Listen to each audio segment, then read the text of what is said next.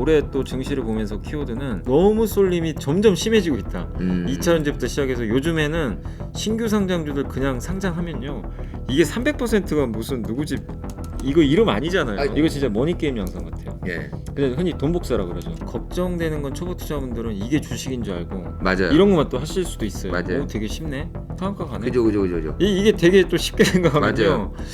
이게 주식 투자 되게 무서워져 버려요. 또 맞아요. 도대체 언제 업황 좋아질까? 음. 지금 안 좋아지는 건 다 알고 계시잖아요. 그죠. 그래서 지금 빠지고 있는 건데 데이터는 거짓말 안 하거든요. 네. 예, 그게 이제 주가에 계속 반영이 되는 거예요. 2차전지 갖고 계신 분들 중에서 지금 제일 중요한 데이터는 저는 일단 양극재 수출 데이터랑 중국의 리튬 가격 두 개를 보거든요. 그거 보고 판단하시면 돼요. 기본적으로 업황은 저는 내년 하반기부터 좋아지지 않을까. 좋아지지 않을까. 그러나 주가는 항상 먼저 가니까 그죠.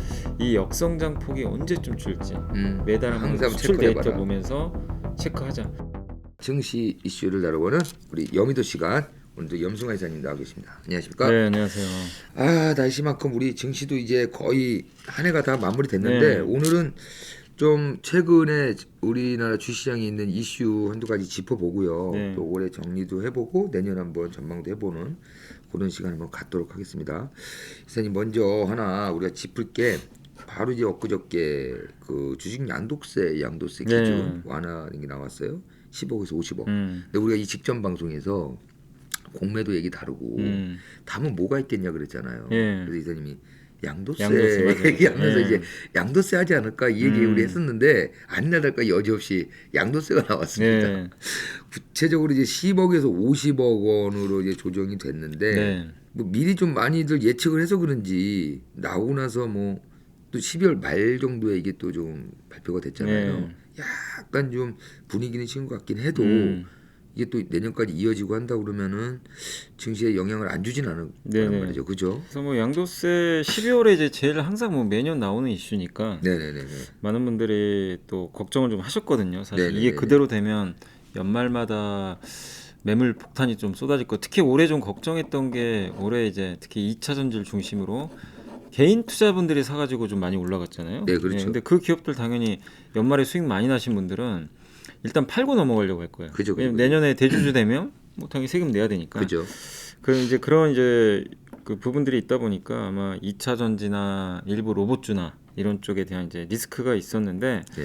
다만 이게 어쨌든 12월 들어와서 분위기는 좀 뭔가 정부가 그래도 올려주겠다. 약간 처음엔 그랬거든요. 네네네. 근데 그때 이제 추경호 부총리가 김을 딱 이제 빼버렸죠. 그렇죠. 검토하지 않고 있다. 안고 있다. 이제 그 이후로 이제 개인들 신망 매물이 쏟아지더라고요. 그죠. 그래서 실제 그때 사실 코스피는 좀 크게 안 흔들렸는데 코스닥이 미국 증시가 올라도 못 가더라고요. 네. 이 매물이 좀 나오니까 특히 2차 전지 주들 같은 경우 좀 주가가 많이 변동성이 나왔는데 다행히 그로부터 좀 며칠 지나지 않아서 뭐 대통령이 언급을 하신 걸로 알고 있거든요. 그죠. 그래서 이제 올릴 분위기가 좀 높아지다 보니까 이제 그때부터 또 반영을 했어요. 그렇죠. 이미 이제 올리는 게 이제 거의 기정사실화 되면서 그리고 막상 이제 결정이 나니까 시장에서는 뭐 이미 알고 있었다. 그죠. 그래서 오히려 그날 빠져버리더라고요. 그죠, 2차 전지주들이. 근데 어쨌든 결론이 난 건 정말 다행스러운 일이고 이게 사실 뭐 여러 가지 뭐 정치적인 논란을 떠나서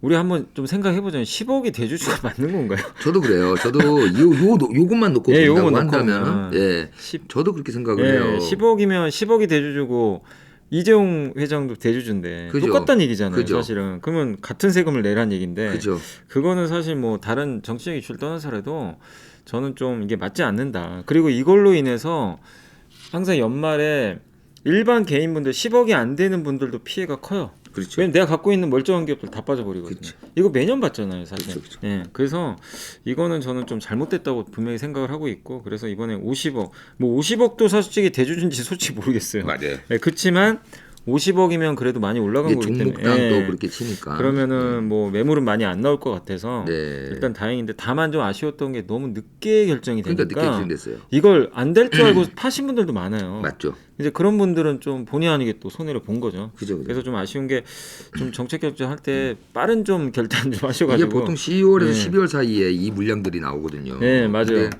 거의 12월 끝 무렵이었으니까 한다는 거야 안 한다는 거야. 아마 그러니까 이런 사람들이 말들 올해는 사실은 좀 기다렸어요. 분위기가 좀 될 것도 같고 하니까 사실 보통 말씀하신 대로 10월부터 빠지거든요. 그죠. 예, 항상 그 매년 반복되는데 올해는 그러지는 않더라고요. 사실 맞아요. 분위기가 10월에 지수 빠진 거는 뭐 이 세금 이슈 때문에 빠진 게 아니라 맞죠. 미국 금리가 너무 올라가서 빠진 맞아요. 거고 11월에는 오히려 증시가 급등해 버렸고 그죠. 그래서 그게 좀 아쉽고 다만 이제 혹시 이 방송 들으신 분들 중에 50억 이상 갖고 있는 분들이 있을지 잘 모르겠는데 그죠. 근데 이제 여기서 그 계산을 정확히 하셔야 되는 게 26일 날 주식수 있죠. 네네네. 주식수하고 그다음에 주식수에다 가격 곱하면 내가 갖고 있는 평가 금액 나오잖아요. 그쵸.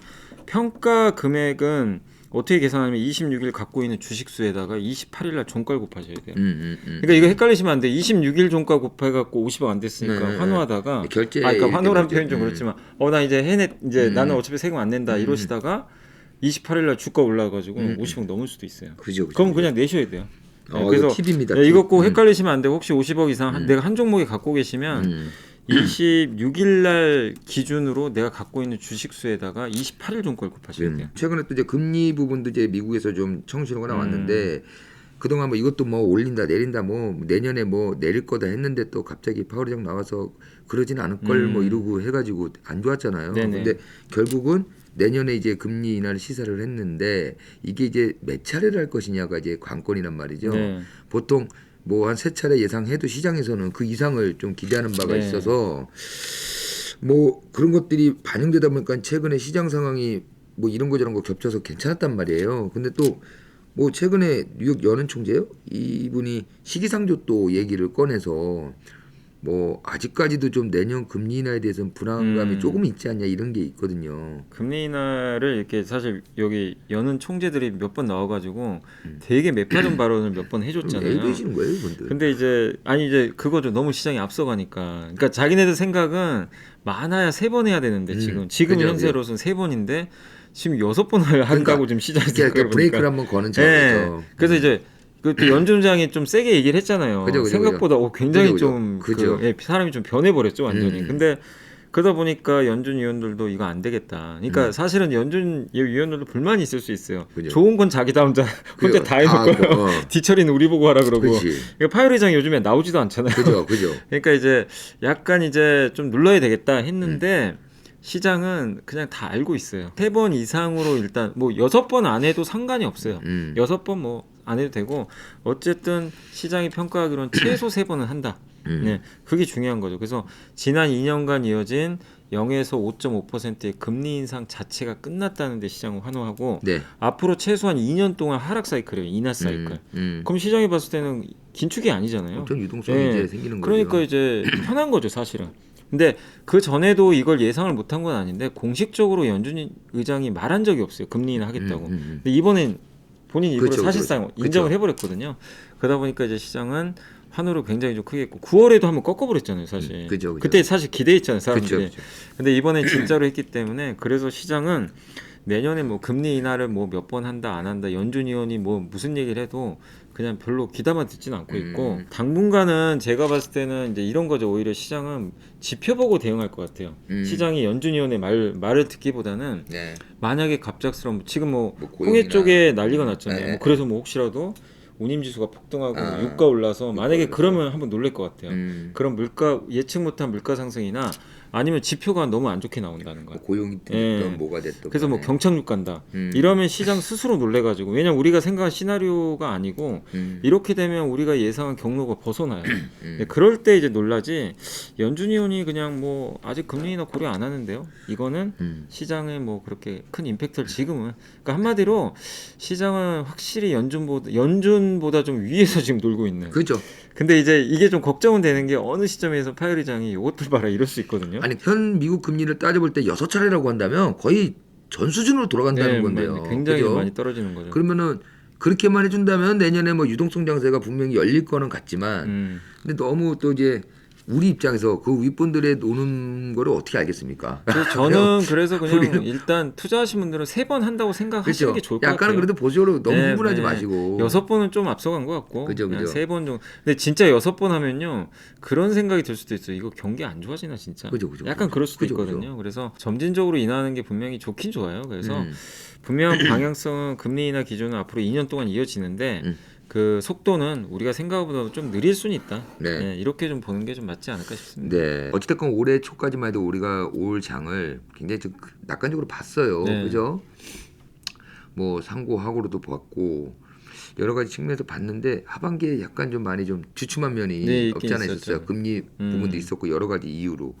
그래도 올해 뭐 시장도 시장이지만 그래도 전체적으로 봤을 때 한국 증시에서 가장 핵심이라고 할 수 있는 키워드가 뭐가 있을까요, 이사님? 올해 제일 컸던 거는 일단 여러 개가 물론 있어요. 네. 근데 이제 제일 핵심은 그냥 제가 기억에 남는 거는 확실히 올해 정말 근래 보지 못했던 포모 현상이 정말 심했던 거. 그러니까 상반기에 특히 2차 전지 중심으로 한 정말 뭐 극을 달렸잖아요, 사실. 그죠, 그죠, 예, 그래서 그런 쏠림 현상이 굉장히 좀 심했었고.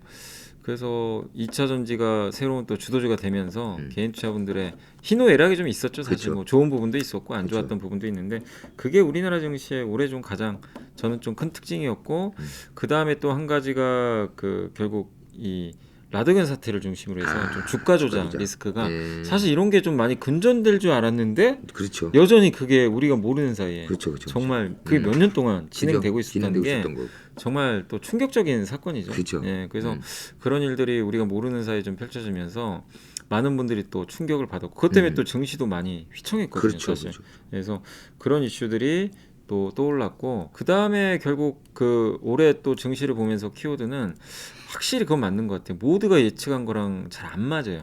뭐냐면 작년 이맘때는 대부분 다 상저하고 있습니다. 상정. 기억나시죠? 그죠, 제가 대부분 맞아요. 거의 그랬어요. 맞아요, 맞아요. 뭐 상반기에 미국 침체 온다. 맞아요, 거의 맞아요. 기정사실화했어요, 맞아요. 다들. 예. 근데 그거랑 거의 180 반대죠. 완전히 반대. 오히려 하반기가 증시가 좀 그렇죠. 힘들었고. 상고 하조가 돼 버렸어요. 예.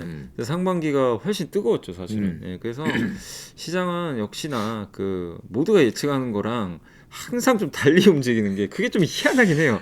되게 참 희한한 게 모두가 예측한 방향으로 잘 안 가는 우리 거. 기자들한테 내년 저기 전망 듣지 말라고 그래야겠다. 이상해. 예. 그래서 아무튼 그런 것들도 올해 좀 증시. 그래서 올해 어쨌든 그래도 증시가 어쨌든 결론적으로는 네. 올랐잖아요. 그렇죠. 네, 올랐기 때문에 지난 1년간 우리나라 증시는 거의 한 22년도가 최악이었죠, 사실. 네, 그죠. 그걸 좀 벗어났다는 건 그래도 좀 긍정적인 부분도 있는데 다만 아까 말씀드린 대로 너무 쏠림이 되게 점점 심해지고 있다. 2차 전지부터 시작해서 요즘에는 신규 상장주들 그냥 상장하면요. 이게 300%가 무슨 누구 집 이거 이름 아니잖아요. 아니, 최근에 나오기 시작했어요. 와, 따따블이 드디어 이제 이게 무슨- 나옵니다. 이게 안 나왔었잖아요. 근데 이달인가 지금 벌써 세 번째 나왔어요. 세 번째요. 뭐 그러니까 오늘까지. 보니까 막 시총 그 1조 안 되던 기업들이 그냥 상장하자마자 몇 조 가요. 와, LS 머티리얼즈. 와. 근데 이게 물론 갖고 계신 분들은 기분 좋지만 네. 저는 굉장히 걱정되거든요. 어. 이거 진짜 머니 게임 양상 같아요. 예, 그냥 흔히 돈 복사라 그러죠. 그렇죠. 이런 것들이 펼쳐지는 게 지금 좀 보여요. 사실 딱 봐도. 어. 왜냐면 펀더멘탈 이상으로 올라가거든요. 그렇죠. 이게 뭐죠? 수급이죠. 이거 하면 기본 따따상이다. 다 개인이에요. 예. 그러니까 이러다 보니까 누군가 나중에 다칩니다. 예. 근데 그게 언제가 될지 모르는데 영원한 이런 머니 게임은 없거든요. 펀더멘탈을 무시한 과도한 상승은 언젠가 후유증 크게 터져요. 옛날에 그 카카오뱅크도 그랬잖아요. 그렇죠. 얼마나 그때 그래서 다 신규 상장주 광분했던 그죠, 적 그죠. 기억나시죠? 그죠. 예. 근데 이게 또 지금 또 재현되고 있단 말이에요. 아, 그래서 저는 개인적으로 올해 좀 아쉬웠던 점은 너무 그런 게 좀 현상이 정말 갈수록 더 심해지고 있어서 투자 리스크를 좀 여러분들이 이런 부분에 대해서는 좀 약간 생각하셔야 되는데 걱정되는 건 초보 투자분들은 이게 주식인 줄 알고 맞아요. 이런 것만 또 하실 수도 있어요. 맞아요. 오, 되게 쉽네. 뭐 그냥 신규 상장주 첫날 들어가니까 뭐 상한가 가네. 그죠. 이게 되게 또 쉽게 생각하면요. 맞아요. 이게 주식 투자 되게 무서워져 버려요 또. 맞죠. 예, 쉽게 생각하시고 그래서 결국엔 다치는 경우들이 많기 때문에 이 현상은 좀 저는 조금 해소돼야 되지 않나. 좀 저는 좀 개인적으로 최근에 걱정은 좀 그 부분이 좀 사실 제일 걱정입니다. 최근에 상장된 종목도 보면 LS 머티리얼즈라든가 에코프로 그 머티도 머티도 예. 있고 두산 로보틱스도 있고. 있는데 이런 종목들이 문제는 따따를 가고 아니면은 따상을 간 다음에 이후에도 잘 가고 있다는 거예요. 그리고 페나끼라 그러잖아요. 패시브가 나온 괴물이라고. 그러니까 MSCI 들어간 데더라. 네. 코스피 200 들어가. 왜냐면 맞아요. 시총 오르면 들어갈 가능성이 높으니까 맞아요. 그거 따라서 사람들이 또 들어가요. 맞아요. 그리고 실제로 패시브 펀드 또 들어가죠. 맞아요. 한 번 더 올라가죠. 맞아요. 그러니까 이제 그런 매매 이게 좀 비슷한 사례는 물론 아닌데 옛날에 한 10년 전에 차화정 장세 때 칠공주 맞아요. 칠공주 기억나시죠? 알죠. 그때 자문사 칠공주라 음. 그래가지고 진짜 자문사에서 뭐 사나 이게 아침에 봐가지고 우리 그때 브레이크도 창구 보거든요. 있었고. 창구 봐가지고 그거 따라가서 매매하는 맞아요. 사람이 되게 많았어요. 또 비슷한 거죠. 어떻게 보면 이거 패시브펀드 들어간대더라. 이러니까 급등해서 맞아요. 올라가고 추격 매수해서 성과 나고 근데 결국엔 영원히 될 수가 없는 일인데 좀 사실상 이게 너무나 지금 좀 걱정이 되는 상황이에요. 그때는 그래도 우리가 이제 공모펀드 있고 여러 가지 있어 지금은 이제 ETF 상품들이 네, 엄청 너무 나오잖아요. 엄청. 근데 이렇게 특정 업종이 좀 가는 업종에서 종목 편입해서 하는 이 ETF들이 많이 나오다 보니까 여기서 들어가는 또 자금들도 만만치 않단 근데 말이에요. 그게 결국엔 언젠간 자금이 고갈된단 말이에요. 그죠. 그러면 빠질 때는 2배, 3배씩 빠져버립니다. 그죠. 네, 왜냐하면 이제 자금들이 더 안 나오고 매물이 이제 비중이 줄면요 매물이 계속 쏟아져요 또 맞아요. 펀더멘탈과 상관없이 또 그래서 이 부분은 내년도에도 여러분이 투자하실 때 조금 좀 조심하시면서 네네네. 투자를 좀 하셨으면 좀 좋겠습니다. 알겠습니다. 일단 그러면 섹터 한 두어 가지만 좀 짚어보면 아까 말씀하셨다시피 올 상반기 가장 화두가 2차 전지 아니었습니까? 네. 어떻게 보면 상조하고의 예측을 완전히 무너뜨린 게 이 2차 네. 전지가 혁혁한 공헌을 공로를 했어요. 했죠. 예. 그렇게 올 상반기 2차 전지 쪽으로 수급이 그렇게 몰릴 줄 누가 알았습니까? 거의 뭐 아까 방금 말씀하신 돈 복사죠. 이게 뭐 네. 엄청나게 막 계속해서 불어났었는데 하방 들어서 주춤했어요. 네. 2차 전지가. 그래서 뭐 끝났니 어쨌니 막 말도 많고 뭐 이게 수주도 잘 안 이루어지니 막 이랬었는데 최근에 다시 좀 이제 또 조금 키를 진정이- 잡아가는 예. 것 같아요. 그러니까 내년에 저희가 자체적으로 한번 설문도 우리 채널에서 한번 해봤더니 내년 가장 기대하는 업종 2차 전지로 여전히 꼽더라고요 사람들이. 불안한데. 그러니까 그래서 2차 전지 여전히 그러는데 내년 어떻게 보세요 2차 네. 전지는요? 지금도 수익 나신 분도 계실 거고 네네. 고점에 물려 계신 분도 많이 계실 거예요. 그렇죠, 근데 이제 희노애락은 있는데 저는 개인적으로 결국엔 2차 전지도 펀더멘탈 따라간다. 이 수급으로 한 번씩 움직였었고 사실은. 네. 그래서 이제 내년에 봐야 될 건 그럼 도대체 언제 업황 좋아질까? 음. 지금 안 좋아지는 건 다 알고 계시잖아요. 그죠. 그래서 지금 빠지고 있는 건데 양극재나 이제 리튬이나 이런 것들 좀 잘 보셔야 되는 게 지금 이번에도 수출 데이터 보니까 양극재 수출이 많이 줄었어요. 실제. 그러니까 데이터는 거짓말 안 하거든요. 네. 예, 그게 이제 주가에 계속 반영이 되는 거예요. 그래서 이게 바뀌면 또 주가가 올라가겠죠, 당연히. 그죠. 근데 아직은 지금 우리나라 양극재 수출이 중량, 그러니까 이 얼마만큼 뭐 몇 킬로 수출했냐 거기다가 단가 곱하는 거잖아요. 그럼 그쵸. 수출 금액 나오죠. 그쵸. 둘 다 안 좋아요. 음. 둘 다 지금 안 좋기 때문에 근데 중요한 거는 물량이 늘어나야 돼요. 어쨌든 누군가 많이 사가야 되니까 단가보다. 그래서 그게 언제쯤 개선될지를 먼저 체크를 해야 되는데 아직은 그게 잘 안 보인다. 그래서 뭐 매달 우리 수출 데이터 매달 나오니까 그건 뭐 매달 검증하면 되고 어느 시점에서는 이제 분위기가 바뀌는 시점이 올 거예요. 예, 근데 그거를 좀 찾아봐야 되겠고 예를 들면 이제 마이너스 뭐 50%, 30%, 20% 이렇게 되면 좋아요. 오히려 역성장폭이 줄면 네. 주가 바닥치고 올라갈 수 있는데 아직까지 이제 하락폭이 좀 있다 보니까 그래서 2차 전지 갖고 계신 분들 중에서 지금 제일 중요한 데이터는 저는 일단 양극재 수출 데이터랑 중국의 리튬 가격 두 개를 보거든요. 그거 보고 판단하시면 돼요. 근데 그거 보고 마이너스 저번 달에는 30% 정도 빠졌던 것 같은데 이번엔 마이너스 15로 좀 역성장이 줄어들었네. 수출 중량 뭐 예를 들면 그러면 이제 반등이 시작될 수가 있는 거예요. 반도체가 정확히 그랬거든요. 그렇죠. 반도체 수출 마이너스 40, 50 찍다가 어느 날 마이너스 30, 마이너스 20 이제 플러스 나오고 있어요. 약간 그 비슷한 거예요. 그래서 저는 2차 전지도 그 반도체 이번 올해 그렸던 궤적과 비슷하게 좀 갈 가능성이 굉장히 높다. 그래서 저는 이제 수출 중량 보면서 한번 좀 바닥이 어딘지를 한번 좀 예측을 해볼 생각이고 근데 아직까지 조금 더 기다려야 된다.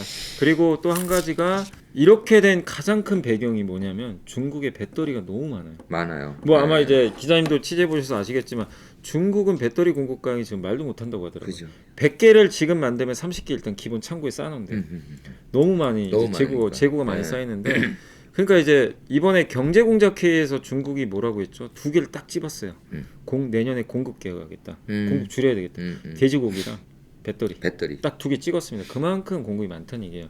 그러면 내년에 중국은 공급 축소 들어갈 겁니다. 이거는 배터리한테 좋은 뉴스예요. 왜냐면 공급이 이제 줄어드니까. 정부가 강제적으로 줄이겠다는 줄이겠다, 거니까 그럼 감산도 하고 그러면 기본적으로 감산하면 반도체 똑같잖아요. 감산하니까 수요 그쵸, 없는데 수요. 감산했어요. 예. 가격 오르잖아요. 오르죠. 실제로. 음. 그리고 나중에 수요 붙으면 한 번 더 오르고. 레벨업. 이게 반도체랑 똑같아요, 사실은. 음. 그렇기 때문에 근데 중국은 정부의 입김이 굉장히 중요하니까 그쵸. 그래서 그걸 보면 아 내년 어느 시점에서 배터리 돌아서겠구나. 그래서 배터리 너무 지금 상황에서 부정적으로 볼 필요는 없어요. 다만 언제 오르느냐가 이제 그게 관건인데 시기 그 문제지. 시점은 조금 더 기다려 보시고 지표들이 나오고 또 그럴 거니까 그래서 중국의 배터리 공급 강이 지금 너무 큰 게 하나의 요인이고 그러니까 중국 회사들이 자꾸 수출하려고 그러는 거예요. 그렇죠.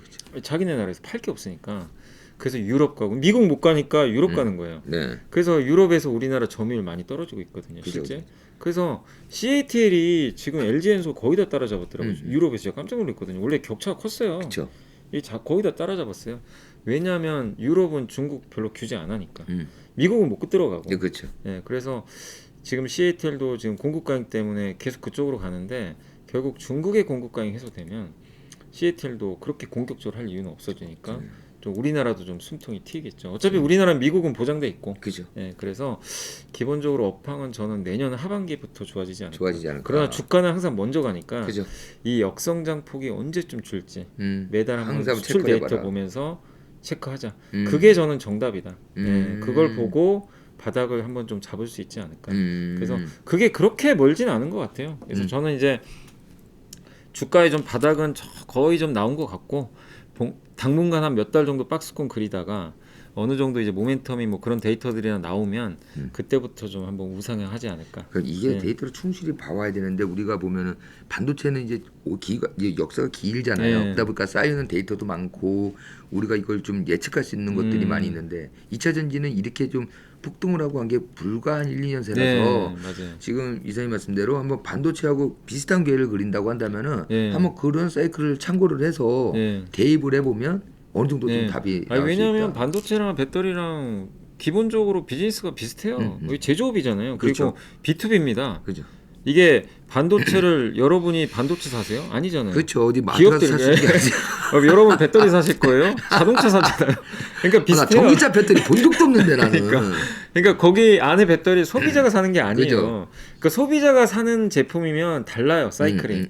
근데 둘 다 기본적으로 B2B, B2B. 기업한테 그죠. 납품하는 사이클이기 때문에 이게 사이클을 탑니다. 사이클 없는 산업은 없어요. 이런 제조업 비즈니스에서. 네. 그렇기 때문에 저는 결국 반도체나 배터리랑 비슷한 궤적인데 그래서 배터리 갖고 계신 분들은 올해 반도체가 어떻게 해서 올라가는지도 공부해 보시면 그 양극재나 리튬 가격을 보면서 네. 또 예측을 할 수 있는 부분이니까 한번 네. 좀 지켜보시는 것도 저는 좀 필요하지 않나 이렇게 생각합니다. 자연스럽게도 이제 우리가 반도체로 방금 얘기했지만은 반도체도 올해 어찌됐든 AI 때문에 이 미국의 엔비디아 아주 유명하지 않았습니까? 네. 예.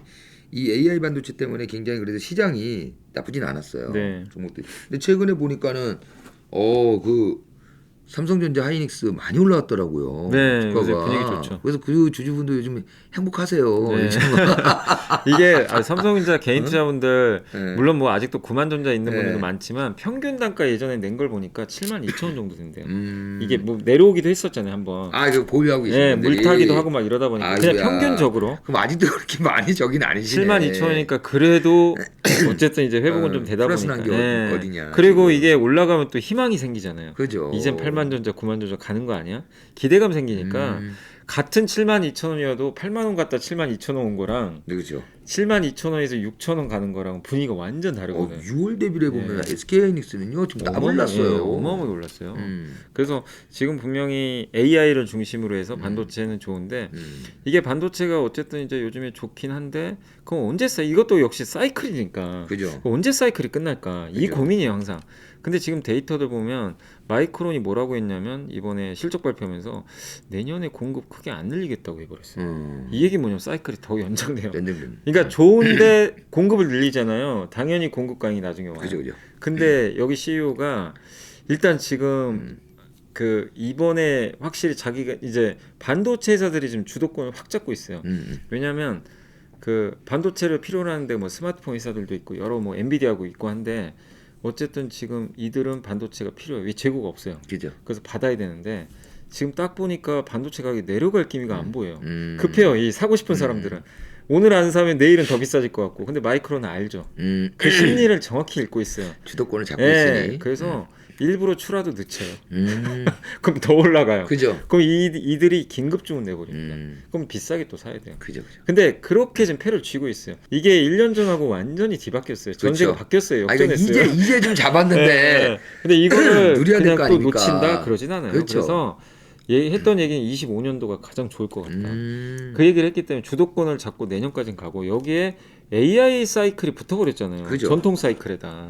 그러니까 훨씬 더 유리한 입장이 서 있는 거예요. HBM이나 요즘에 또 무슨 온디바이스 AI 맞아요. 기기에 들어가는 여기까지 반도체 수요가 붙으니 뭐 메모리 업체들 좋을 수밖에 없는 거죠. 그래서 그런 걸 우리가 종합해 본다면 메모리는 내년 저는 그러니까 반도체는 내년 상반기까지는 크게 뭐 걱정할 건 없다. 다만 이제 25년도가 좋다면 24년 하반기엔 조금 고민을 해봐야 되겠죠. 미리. 주가는 미리 좀 그쵸. 선반영하니까 그쵸. 그래서 24년도 하반기에는 한 번에 약간의 근데 그때쯤에는 만약에 2차 전지 업황이 또 돌릴 수가 있거든요. 또 저는 자동차도 내년 하반기는 좀 괜찮을 것 같아요. 그러면 상대적으로 이 반도체에 쏠렸던 게 좀 꺾일 수도 있어요. 만약에 왜냐면 시속 게임 좀 해야 되니까. 그죠.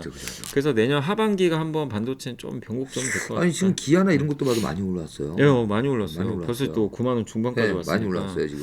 10만 원 한번 봤으면 하긴 하겠는데. 야, 그러니까요. 예. 우리 또 기아 네. 현대 이런 주주분들은 자동차가 또 한 방이 있거든요. 네, 이게 맞아요. 빠져 있다가 한번 오르면 예. 아주 그냥 갑니다. 이게 또. 그래서 어쨌든 지금은 반도체 쪽은 뭐 일단 계속 내년 상반기까지는 뭐 나쁠 건 없는 것 같다. 두산 로보틱스도 잘 가잖아요. 네. 아무래도 이제 AI와 더불어서 좀 바라보신 게 로봇인데 누누이 로봇 관련해서는 이사님께서 하신 말씀이 숫자다. 결국은 예. 아직 좋은 건 안다. 좋은 건 알지만 근데 의미 있는 숫자가 안 맞아요. 나오면은 조금 시간이 걸린다 했는데 아니에요. 두산 로보틱스가 예. 상장하고 나서부터 분위기가 좀, 네. 좀 바뀌었어요. 그 상장하고 나서는 주가 급락을 했거든요. 그쵸. 근데 거기서 이제 매수가 좀 들어오면서 최근에는 사실 펀더멘탈보다도 제 생각에 MSCI나 코스피 200 편입. 왜냐 코스피 200도 거의 이제 가시권 들어왔어요. 그래서 이렇게 되면 내년 3월에 편입될 가능성이 높습니다. 시총 50위권 이제 거의 안으로 들어오고 있기 때문에 네. 그리고 보통 기본적으로 이렇게 올라가면 MSCI 또 편입되잖아요. 그죠. 그러니까 이런 이제 여러 가지 아까 제가 말씀 패납게 패시브 펀드 또 자금이 들어오면서 그죠. 여러 주가를 들어오니까. 계속 받쳐줘요. 그래서 저는 그게 좀 걱정인데 다만 즐기실 필요는 있어요. 뭐 주주분들이라면 그거 뭐 당연히 올라가면 좋은데 그게 시한이 정해져 있다. 이런 수급에 의한 상승은 영원하진 않아요.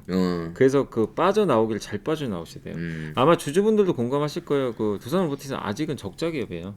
맞아요. 적자고 25년도에 이익을 예상을 해도 PER이 제가 봤을 때 100배가 넘는 걸로 지금 나와 있거든요. 25년에 돈을 벌어도 그만큼 시총이 올라와서 그래서 비싼 건 사실인데 다만 수급 이슈가 내년 3월까지는 또 남아 있거든요. 만약에 코스피 200이 들어간다면 그래서 쉽게 망가지진 않을 것 같고 다만 이걸 이제 와서 사는 건 좀 아닌 것 같고 그죠. 보유하신 분들은 적절히 내가 언제쯤 좀 빠져나갈까 그거 시기만 좀 잘 고민해 보시면 또 좋을 것 같습니다. 일단 내년 초에 빅 이벤트가 하나 있어요, 이사님. 네, 총선 있지 않습니까? 네 총선과 거기다 내년 또 미 대선도 있어요. 아 이게 아무리 경제나 증시를 정치랑 떼고 볼래야 떼고 볼 수가 없는 게 워낙 많은 것들이 바뀌고 뭐 유동성이든 뭐든 이 총선 이런 대형 빅 선거를 통해서 나오는 것들이 굉장히 많이 있지 않습니까?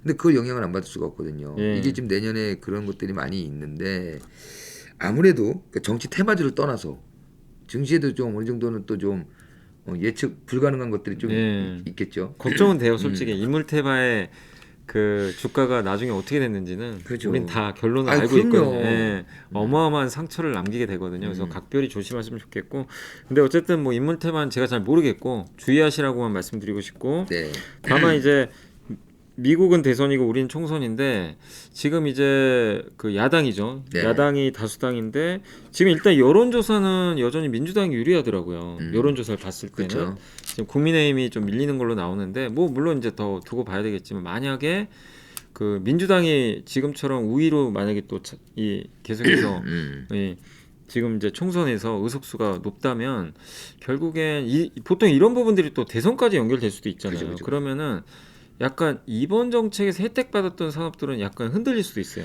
그렇죠. 약간은 그 뭐냐면 대표적인 게 원전주들.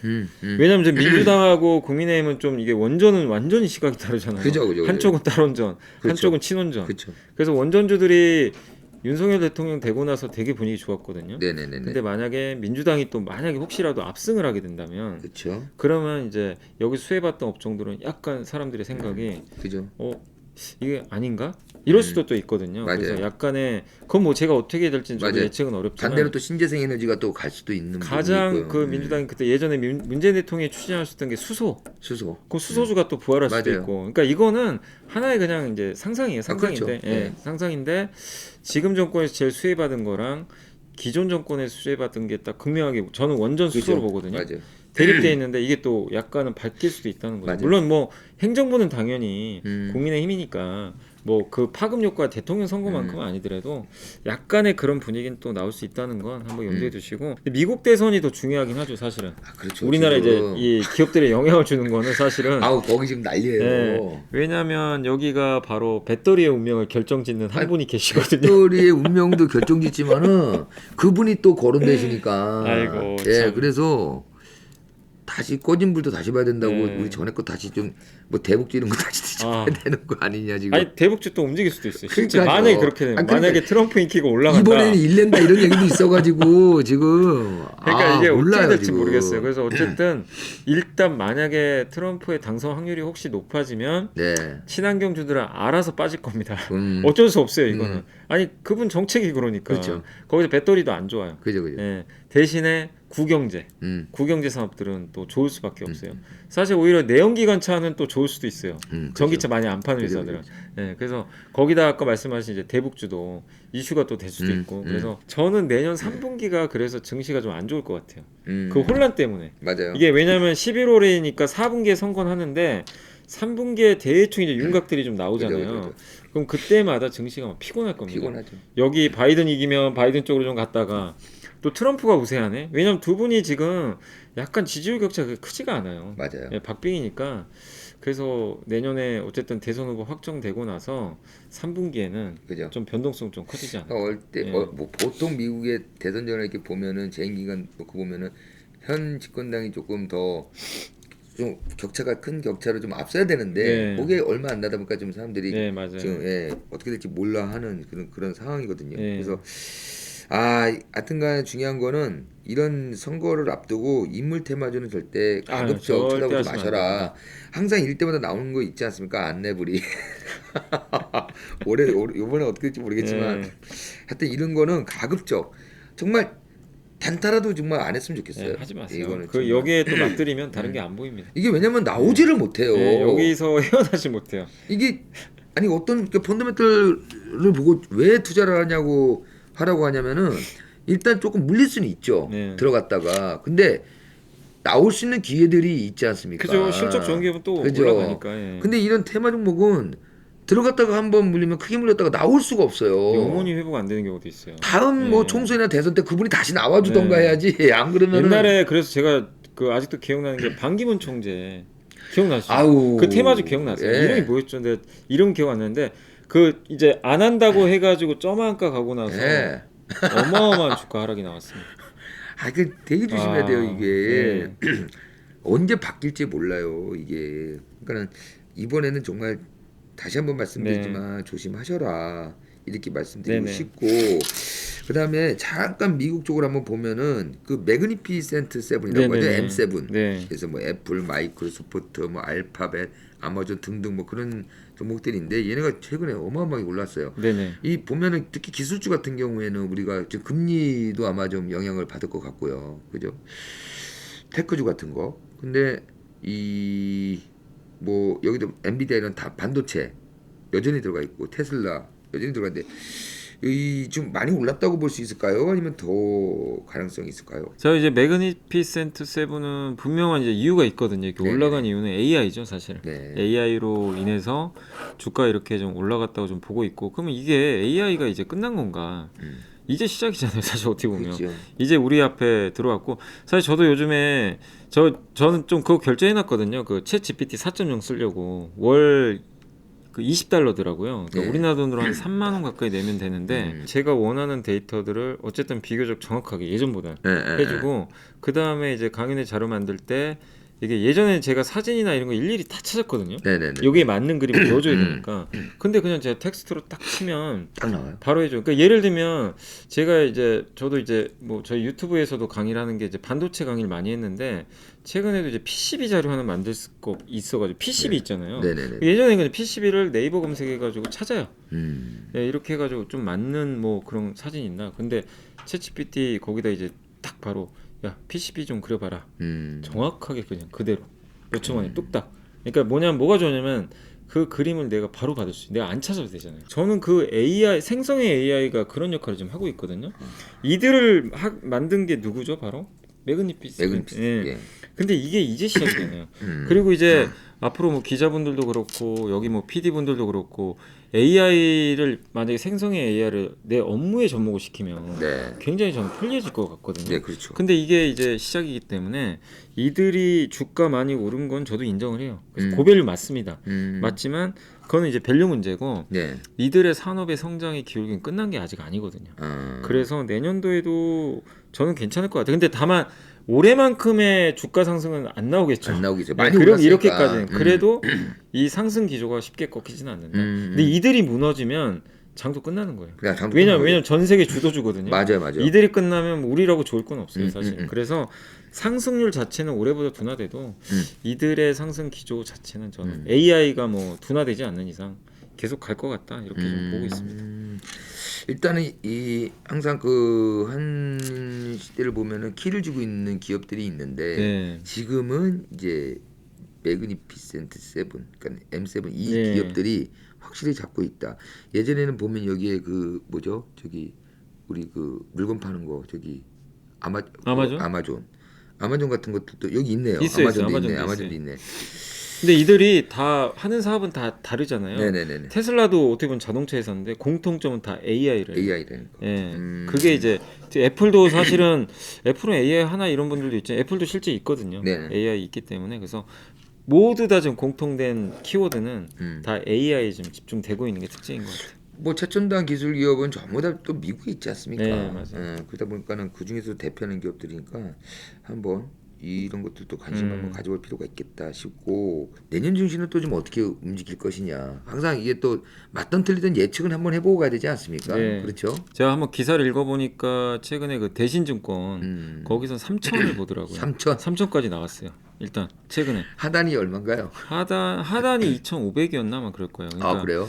아마 무조건 제가 간다는 알기로는 거네. 좀 그렇게 보고 있는데 어쨌든 제일 세게 보시는 쪽이에요. 3천까지. 그리고 아마 교보증권이 제일 낮게 볼 거예요. 교보증권이 하단이 1,900, 상단이 2,500이에요. 근데 거기는 이제 아마 금리가 한참 올랐을 때 아마 리포트가 나와가지고 아마 수정을 안 해서 그런가. 뭐 수정할 수도 있지만 완전 극과 극이거든요 지금. 예, 근데 내년 거기는 전망에 2,000 깨질 대해서. 수도 있다고 봤고 대신증권 최근에 어쨌든 올렸는데 왜냐하면 이제 FMC가 전격적으로 이제 금리 인하 신호를 주니까 그죠. 그러면 이제 3,000도 갈 수도 있다 이런 건데 사실 뭐 굉장히 극과 극이지만 지금 현재 시장 분위기로 봐서는 제가 봤을 때는 어느 시점 되면은 다 좀 올리지 않을까. 올리지 않을까? 대부분 다 올리거든 분위기 따라서. 우리 그래서 이사님 보시기에는 어떻게 보십니까? 저는 기본적으로 내년에 그래도 2,800까지는 일단은 보고 있는 게 왜냐하면 근거가 있는 게 보통 우리나라 지금 수출 지금 3개월째 플러스 나고 있잖아요. 그죠. 수출이 기조적으로 플러스 나면 PBR 한 배는 가요. 음. 과거에 항상 그랬거든요. 그러면 올해 4분기 기준으로 PBR 한 배가 2,750이에요. 네. 아직 우리나라 PBR 한 배 아니거든요. 그죠. 그러면 내년엔 적어도 1분기 되면 2,800은 가거든요. 그죠. 그럼 이제 뭐 PBR 한 배 정도는 찍지 않겠냐 고점은. 다만 수출이 또 꺾이거나 네. 뭐 돌발상이 나오면 못 가는 거지만 네. 과거 데이터상 수출 어쨌든 돌아섰을 때 한 배는 항상 갔었기 때문에 네네. 2,800 가는 거는 합리적이고 다만 3,000을 가는 건 좀 다른 문제예요. 왜냐하면 3,000을 가려면 PBR 1.1배에서 2배 가야 되거든요. 그죠. 그러려면 여기서 뭔가 모멘텀 하나 더 생겨야 돼요. 그죠. 예를 들면 갑자기 우리나라 기업들이 짜잔하고 변신해서 주주환원을 대거한다거나 그럼 밸류 올라가죠. 네. 네, 그런 경우라든가 지금 애널리스트들이 기업이익 추정치를 내년에 올해보다 영업이익 50% 이상으로 증가할 걸로 잡았는데 굉장히 낙관적인 그죠, 거죠. 그죠. 이렇게 50% 이상 증가하기 솔직히 쉽지 않거든요. 맞아요. 근데 그게 맞을 수도 있잖아요. 맞으면 3천 넘는 거예요. 음. 그 의견이 맞아버리면. 음. 왜냐하면 사실은 시장도 의심을 해요. 음. 에이, 설마 50%까지 성장하겠어? 음. 왜냐하면 위기 때 이렇게 그 실적 꼬꾸라졌다가 뭐 금리 무제한으로 해가지고 그 다음에 성장한 적은 있거든요. 근데 네. 그거는 그 전에 기저가 너무 낮았잖아요. 맞죠. 근데 물론 이제 올해도 실적이 좋은 편은 아니었지만 어쨌든 내년에 50%를 이렇게 정상적인 상황에서 증가하기 솔직히 쉽진 않거든요. 어렵죠. 근데 만약에 달성하면 그것도 깜짝 이벤트거든요. 그렇죠. 그러면 3천 넘는 거죠. 아니 우리가 코로나 때 3천 지금 보면은 뭔가 시장 예측 못하는 다이나믹한 일이 생기잖아요. 예. 그리고 팍 이렇게 올라가는 경우가 있는데 거기에 따른 후유증도 또 있단 후유증도 말이에요. 있어요. 그게 작년이었단 예. 말이죠. 근데 제가 제일 경계하는 건 수급으로 올라가면 안 돼요. 그렇죠. 그러니까 제가 그래서 말씀드린 게 2,800 가는 거는 지금 수출이 유지되면 합리적이에요. 그건 뭐 이상한 게 아닌데 3,000을 가기 위해서는 그러니까 만약에 또 2,800 가는데 사람들이 흥분해가지고 수급으로만 3,000 올렸다 이러면 그죠. 다시 부러질 텐데 그죠. 그게 아니라 말씀드린 대로 아까 이 펀더멘털 기업들의 이익이 예상보다 굉장히 잘 나와서 50% 성장하면서 3,000 갔다 이러면 또 유지돼요 거기서. 유지된다. 예. 그래서 어떻게 가느냐가 저는 더 중요하다. 그래서 뭐 3,000 간다를 예측할 필요가 전혀 없고 항상 그래서 데이터 보자. 데이터 보고 판단하면 되는 거니까 뭐 2,800 간다, 3,000 간다, 아니다, 뭐 2,000 깨질 거다. 이거는 저는 별로 중요하진 않다. 이렇게 좀 판단하고 있습니다. 어차피 지금 예상을 해보면 2,800이라고 해도 현재 지수에서 따져보면 한 10에서 200, 15%? 예, 10% 정도 가는 그 정도 거죠. 수준인데 지수가 그렇게 움직인다는 것도 참 쉽진 않아요. 예. 그렇죠? 뭐 개별 종목도 아니고 하여튼 좀 내년에는 시장이 그래도 대다수 전망이 뭐 지금 상황에서 놓고 보면 크게 나쁠 일도 없겠다라는 네. 생각이 들거든요. 그러니까 어쨌든 내년에 방향은 올해보다 더 나아요. 왜냐하면 금리 내려가죠. 아 그렇죠. 거기다 기업 이익은 어쨌든 올해보다 그렇죠. 증가하죠. 반도체 터닝하죠. 예, 그렇기 때문에 거기다 공매도도 어쨌든 내년 6월까지 금지시켜놨고. 그렇죠. 예, 그 제가 좀 하반기 좀 불안한 이유 중에 하나가 공매도 맞다. 금지가 6월이면 끝나거든요. 그죠. 그럼 하반기 시작하자마자 또 흔들릴 거 아니에요. 그래서 하반기 3분기는 좀 조심하자는 게 그런 이유도 좀 약간 들어가 있습니다. 이게 또 공매도를 좀 수개월을 묶어놓은 상태이기 때문에 내년에 또 이제 풀렸을 때 그것도 분명히 시장에 왜냐면 2년 전에 21년도 5월이었나 그때 공매도 금지 풀린 날 네, 네. 한번 난리가 났어요. 주식시장 폭락했거든요. 아까 이거 기억나요? 어떻게 그러면은 뭐 방법이 난리가 좀 났었어요. 부분적으로 좀 금지를 좀 풀어야 되는 거냐. 근데 이번에는 이제 개인 투자자들 걱정하는 게 이번에 전면 다 푸는 거 아닌가? 근데- 원래 왜냐면 코스피 200하고 코스닥 150만 풀었는데 네. 나머지는 금지돼 있었잖아요. 네. 근데 내년 6월에 이제 끝나서 아예 다 풀어버릴 수도 있어요. 근데 이게 정상적이라고 한다면은 이걸 그냥 단순히 묶어만 둔 게 아니라 그 사이에 제도를 손본다 했잖아요. 예. 근데 만약에 이제 제도 개선이 만약에 됐어요 완벽하게 네네. 그럼 네. 윤석열 대통령이 얘기했거든요. 안 되면 무기한 연장이다. 네네. 근데 만약에 됐으면 네. 이제는 다 풀어버릴 수도 있거든요. 그러면 변동성 더 커지겠죠, 사실은. 예, 그래서 이제 개별 기업까지도 이게 영향을 주니까. 그래서 내년 3분기에는 그러니까 내년 아마 5, 6월이면 대충 윤곽 나오겠죠. 나오겠죠. 예, 그때 한번 또 우리 근데 지켜봐야 이게 될 그 것 같아요. 사이에 나올까요? 왜냐면 지금 온통 지금 신경이 다 저쪽 선거로 가 있어갖고 이게 그 사이에 얼마나 만들어질지 예. 모르겠네. 하여튼 뭐 기대를 해봐야 될 것 같습니다. 끝으로 보면은 아까 전에 우리가 이제 내년에 섹터 짚어보면서 AI 반도체 2차 전지는 해봤잖아요. 내년에 이사님이 보시기에 조금 요 업종 한번 쓱 봐라. 요거 좀 예의주시 해봐라 하는 게 있을까요? 일단은 뭐 저는 이제 많이 말씀드렸지만 여전히 조선주 계속 좋게 보고 있고 네. 조선업종 왜냐하면 조선주는 공급자가 우위입니다. 예, 수요자보다 공급자가 우위에 서 있어요. 대 만드는 회사 별로 최근에 없어요. 하림 H&M 근데 H&M 인수도 조선주한테는 사실 호재일 수 있거든요. 네. 왜냐하면 그 하림의 목표, 그러니까 이게 H&M 인수에서 그 엄경화 의원님이 쓰신 보고서를 보니까 앞으로 그 이제 시장 점유율을 5위까지인가로 아마 올리려고 하는 것 같아요. 네네. 그러려면은 20조 투자 들어가야 된대요. 그럼 배를 사야 된다는 얘기예요. 그죠. 그건 조선주한테는 좋은 건데 어쨌든 지금 요즘에 뭐 해운 업황도 그렇게 나쁘지가 않고 그런 걸 보면 배에 대한 발주는 계속 늘어날 거고 또 요즘에 또 탱커선 있죠. 탱커선. 원유 운반선은 부족해요. 공급이. 굉장히 부족합니다. 그렇기 때문에 내년에 발주 늘어나고 거기다가 이제 선박 운행할 때 등급제로 운행해야 돼요. 내년 2분기부터인가? 왜냐하면 이제 탄소 배출 많이 하면 맞아. 퇴출시켜 버립니다. 그럼 배도 강제적으로 바꿔야 되고 바꿔야 돼요. 환경 문제도 있고. 근데 배 만드는 기업은 몇 개 없잖아요. 그렇죠. 사실은. 그렇기 때문에 이런 우호적인 여건들이 계속 이어지고 그리고 내년엔 진짜 또 실적도 네. 본격적으로 왜냐면 비싼 배들이 이제 건조되면서 그렇죠. 이게 진짜 반영이 되니까 신조선가는 많이 올라가는데 그 비싼 배들이 이제는 숫자로 잡히기 시작합니다. 만들면서 왜냐하면 수주한다고 숫자가 바로 나오는 게 아니라 배 건조한 다음에 인도하면서 또 돈이 들어오잖아요. 그렇기 때문에 그런 것들이 매출 잡히는데 시간차가 있거든요. 맞아요. 그래서 22년부터 좀 비싼 배들이 잡혔는데 내년에 이제 그런 배들이 진짜 다 들어가요. 이게 그런다고 하더라고요. 중고선 같은 경우에 우리가 배라는 거는 좀 사는 것도 있지만 그걸 사서 또 임대해주고 임대도 계속 하잖아요. 예. 그게 임대 돌다 보면은 내 배가 어디 있는지 모른대요. 그러니까 그게 저기 바다에 떠 있는 배가 저기 내 저게 내 건가? 어디 배인지를 모른다는 거예요. 근데 예. 방금 말씀하신 대로 등급제 내고 하면은 지금은 배 하나 만들면 정말 거의 뽕을 뽑다시피 하는데 그런 것도 좀 바꿔야 되는 바뀌어야 되니까. 수요도 생기고 예. 요즘 만드는 배들이 보면 다 고보같이 비싼 배들이에요. 예. 신조선가가 되게 굉장히 많이 비싸니까. 올랐으니까. 예. 근데 그게 아직은 숫자로 연결이 안 되는 게 예전에 저가 선박들이 아직은 반영되다 보니까. 네. 근데 이제 내년부터는 이게 바뀝니다. 고가 선박이 훨씬 많이 들어가요.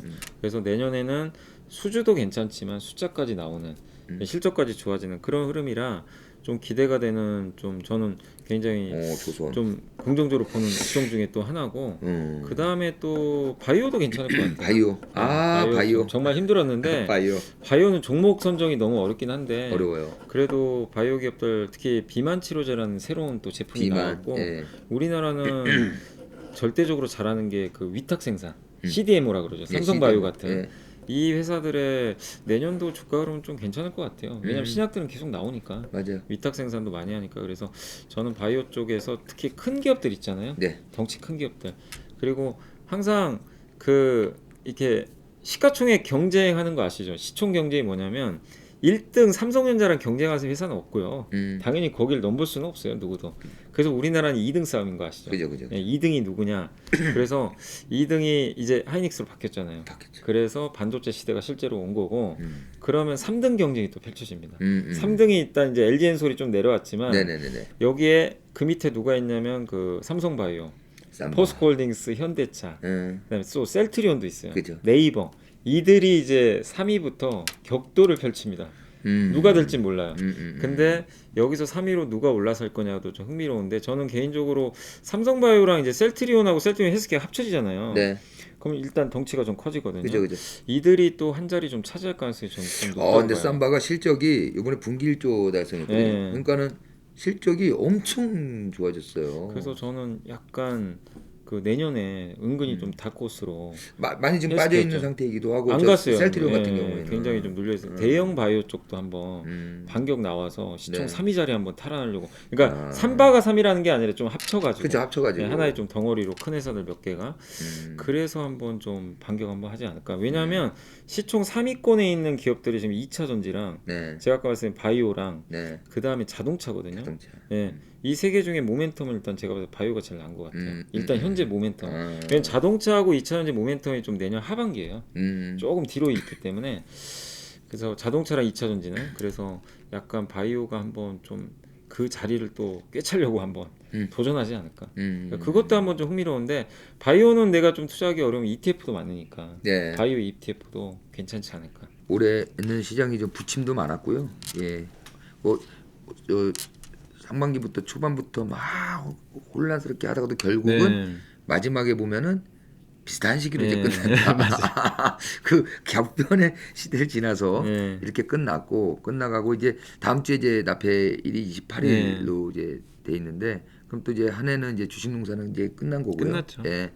내년을 또 이제 준비하셔야 되는데 지금부터는 좀 그 연말에 너무 과감하게 이렇게 시장을 공격적으로 하시는 그거는 것보다는 맞아요.